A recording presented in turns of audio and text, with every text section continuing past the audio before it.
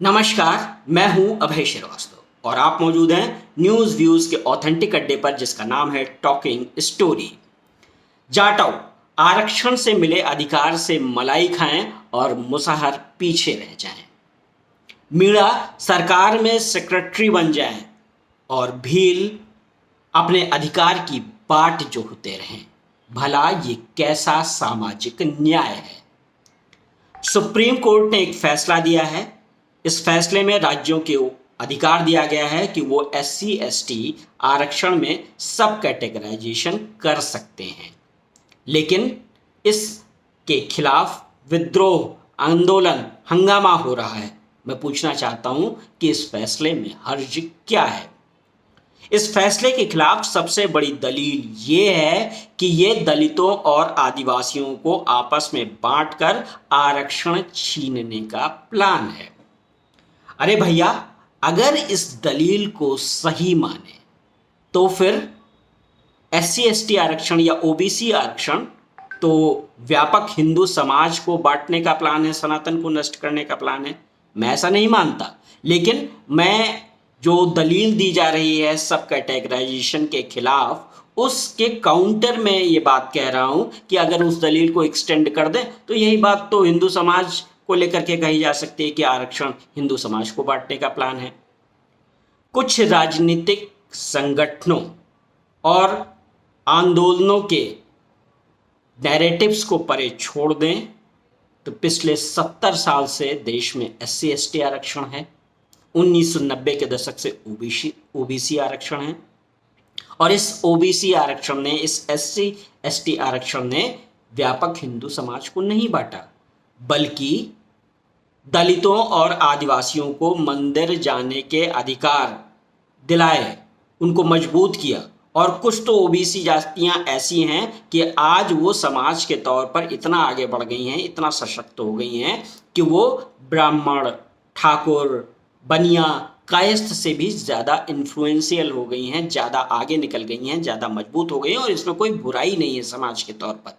लेकिन ये जो सब कैटेगराइजेशन के खिलाफ जो बंटवारे वाली दलील है, वो दलील स्टैंड नहीं करती है। मैं सिर्फ ये कहना चाहता हूं, अगर SC ST आरक्षण में सब कैटेगराइजेशन होगा जैसा सुप्रीम कोर्ट चाहता है, राज्यों को जैसा उसने अधिकार दिया है, तो इससे क्या होगा? इससे SC ST में वो जातियां जो पिछले पैदान पर हैं, जो पीछे रह गई हैं, जिन्हें आरक्षण का व्यापक लाभ नहीं मिला है, वो भी इन्फ्लुएंशियल दलित और आदिवासी जातियों के समान समृद्ध होंगी और आगे बढ़ेंगी। हाँ, ये बंटवारा होगा, ये बंटवारा न्याय का होगा, जातियों का नहीं होगा। और इसीलिए जब ये फैसला सुनाया जा रहा था तो बड़ी बेंच थी, उस बेंच के एक जज साहब ने बड़ी ही इंटरेस्टिंग बात कही, बहुत ही बड़ी बढ़िया बात कही। उन्होंने कहा कि हम सब ट्रेन में चढ़ना चाहते हैं और ट्रेन में चढ़ करके सीट पाना चाहते हैं, लेकिन सीट पाते ही ट्रेन का दरवाजा बंद कर देना चाहते हैं कि कोई और दूसरा न चढ़ पाए, कोई और दूसरा मौका न पा पाए। सुप्रीम कोर्ट का ये फैसला मैं बता चुका हूं कि ये बाइंडिंग नहीं है, ये राज्यों पर निर्भर करता है कि वो ये सब कैटेगराइजेशन करें या ना करें। ये राज्यों को सिर्फ अधिकार दिया गया है। लेकिन इस फैसले के बहुत पहले हमने नीतीश कुमार जैसे नेताओं की सोशल इंजीनियरिंग देखी है, जिन्होंने दलितों में महादलित, पिछड़ों में अति पिछड़ा और इस तरह करके उन्होंने सामाजिक न्याय को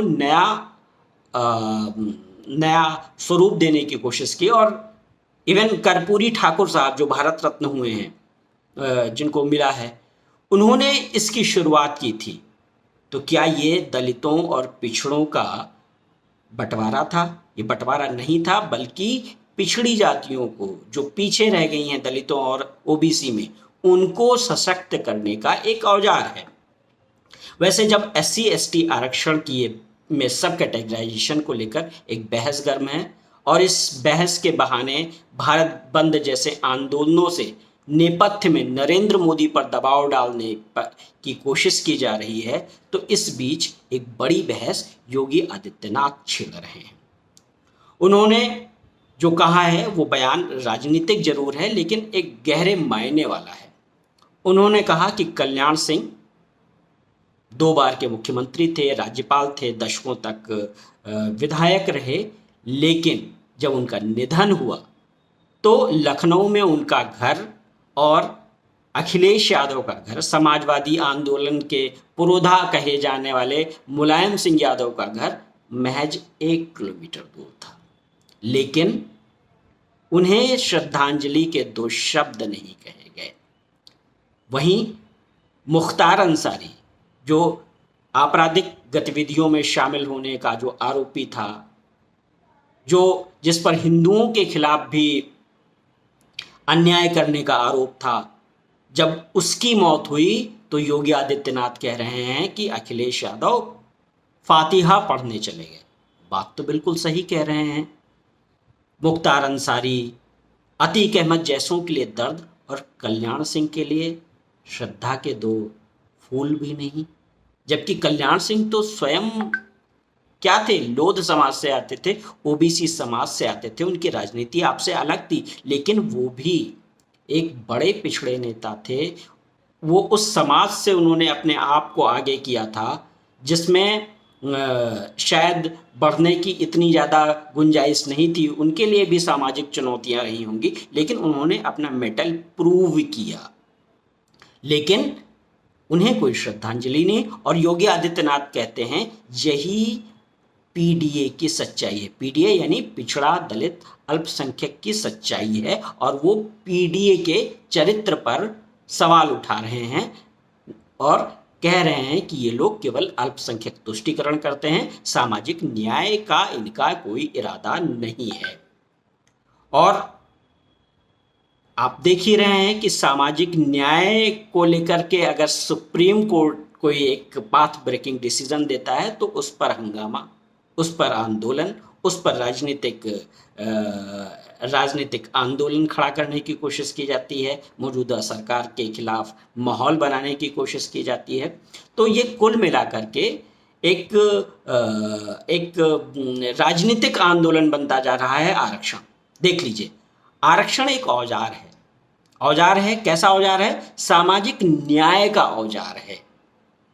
राजनीतिक गोटी सेट करने की बंदूक नहीं है। जिन वर्गों को आरक्षण का लाभ मिल रहा है, कैसा भी लाभ मिल रहा है, चाहे वो दलित, आदिवासी, ओबीसी, किसी भी तरह का या आर्थिक लाभ मिल रहा है, उन्हें समझना होगा कि आरक्षण को शोषण का अधिकार, शोषण की मशीनरी नहीं बनाया जाना चाहिए। जैसे हमने देखा है कि पिछले ज़माने में, पिछली शताब्दियों में क्या हुआ, पुरोहिती को, युद्ध कौशल को, लिखत पढ़त को शोषण का अधिकार बना दिया गया। दलितों और पिछड़ों को मुख्य धारा से काटने का औजार बना लिया गया।